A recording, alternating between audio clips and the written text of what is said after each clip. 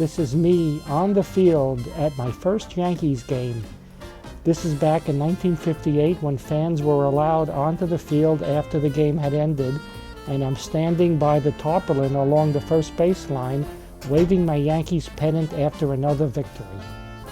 New York City's Polo Grounds, where the Giants will play off against the Dodgers. And the managers are Bill Terry for the Giants and Casey Stengel for the Dodgers. LaGuardia, Mayor LaGuardia, throwing out the first pitch. He loved baseball.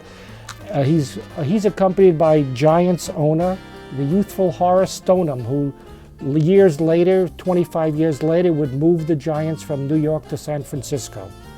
So here's Babe Ruth at the game with his wife and adopted daughter.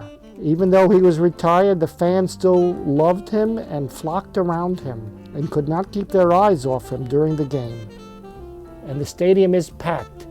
Here, this is part of the crowd at the Polo Grounds on opening day, the third largest stadium in the major leagues, and they had a crowd of over 50,000, 56,000 actually, as the Giants hit 2 home runs in the game and beat the Dodgers 8-5.